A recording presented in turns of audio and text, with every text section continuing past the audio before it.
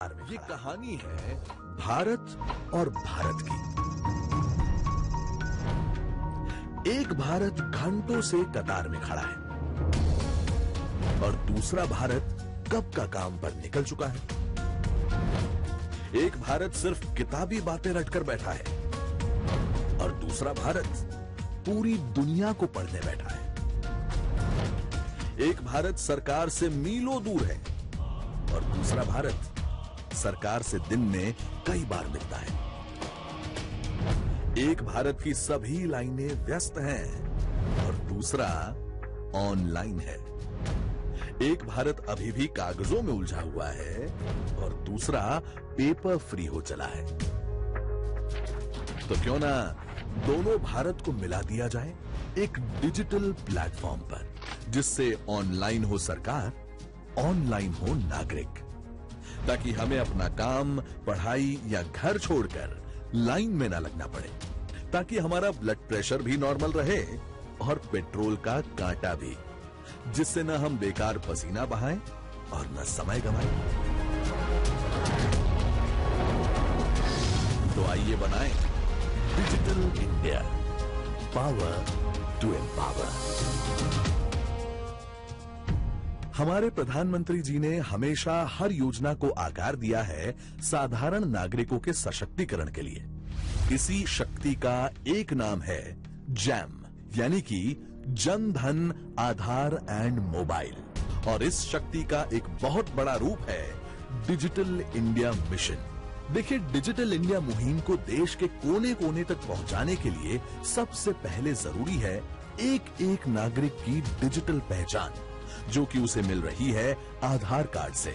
एक बार डिजिटल पहचान बन गई, फिर सारे डिजिटल लाभ लेने के लिए चाहिए डिजिटल कनेक्टिविटी, यानी कि हर एक नागरिक तक पहुंचने के लिए मोबाइल।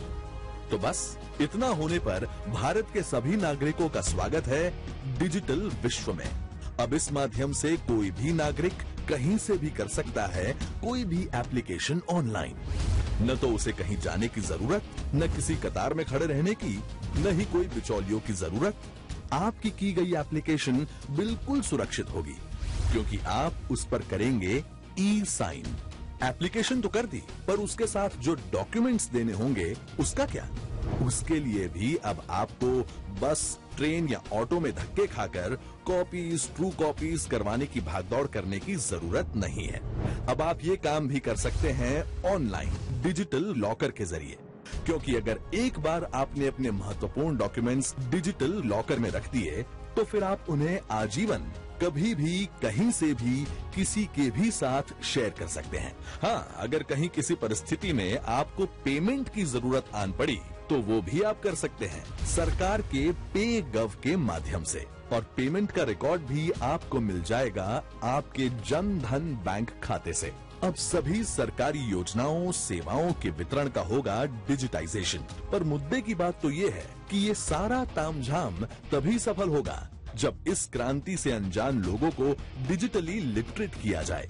इसीलिए देश में बहुत बड़ी एक क्लास शुरू हुई है। क्लास का नाम है नेशनल डिजिटल लिटरेसी मिशन, जिसमें करीब 3 करोड़ लोगों को शुरुआती कंप्यूटर और इंटरनेट की तालीम दी जा रही है। साथ ही में माई गव जैसा प्लेटफॉर्म भी है। अब करते रहो सरकार से अपने मन की बात, देश की प्रगति में बनते रहो भागीदार।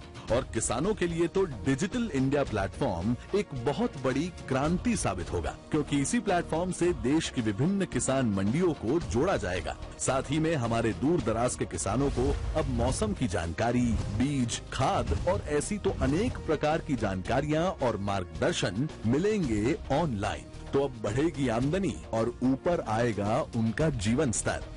ऐसी तो अनगिनत सुविधाओं का काफिला ला रही है भारत सरकार आपके घर, खेत, दफ्तर, फैक्ट्री, स्कूल, कॉलेज, अस्पताल और आपके दरवाजे तक ऑनलाइन। और ये करोड़ों की आबादी वाला इंडिया, जो इलेक्ट्रॉनिक आइटम्स खरीदने में तो दुनिया में बहुत आगे है, पर उन्हें बनाने में खैर जाने दीजिए। पर अब मेक इन इंडिया और डिजिटल इंडिया के संगम से भारत बनेगा विश्व का एक बड़ा इलेक्ट्रॉनिक मैन्युफैक्चरिंग हब। अब हमारे युवा बनेंगे इलेक्ट्रॉनिक क्षेत्र के रिसर्चर्स, इनोवेटर्स और स्किल डेवलपमेंट का भी होगा बहुत बड़ा कार्यक्रम।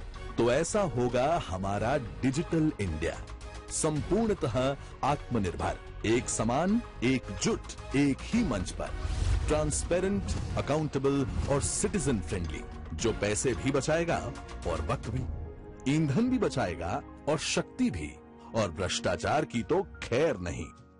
अरे अरे, ये देखिए, सबमिट, एंटर और कलिक हो गया। अब हम कॉलेज चले। अरे ये तो वही है, वो दूसरा Bharat, paper free, line free, tension free.